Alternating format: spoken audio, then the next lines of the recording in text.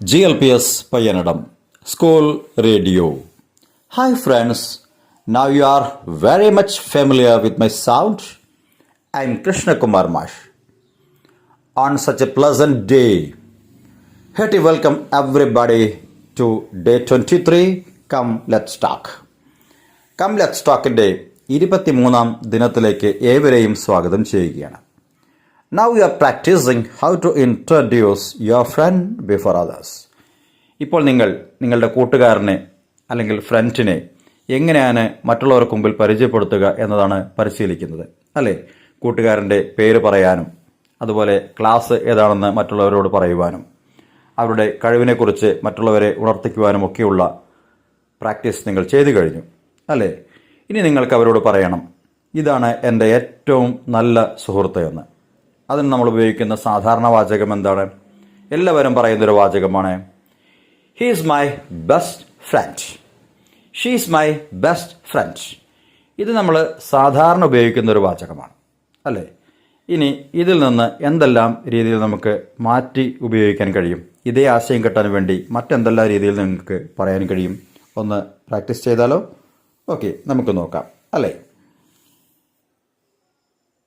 He is my BFF.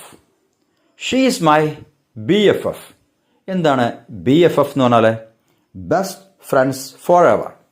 Best friends for ever, എൻ്റെ എല്ലാ കാലത്തെയും ഏറ്റവും നല്ല സുഹൃത്ത് എന്നാണ് ഉദ്ദേശിക്കുന്നത്. Okay, he is my dearest front.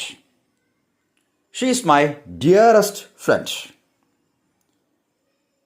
He is my best buddy. BUDDY, buddy. She is my best buddy. He is my closest companion. She is my closest companion. He is my dear friend. She is my dear friend. He is my lifelong friend.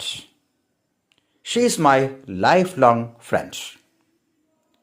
He is my soul brother.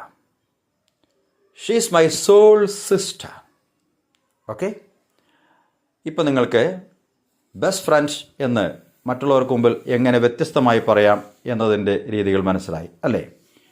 ഒരേ ആശയം എന്നും ഒരേപോലെ പറയാതെ വ്യത്യസ്തമായി പറയാൻ ശ്രമിക്കൂ.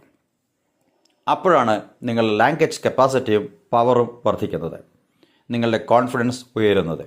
Okay, now take practice every day and improve your language power and get more confidence and go ahead. Okay?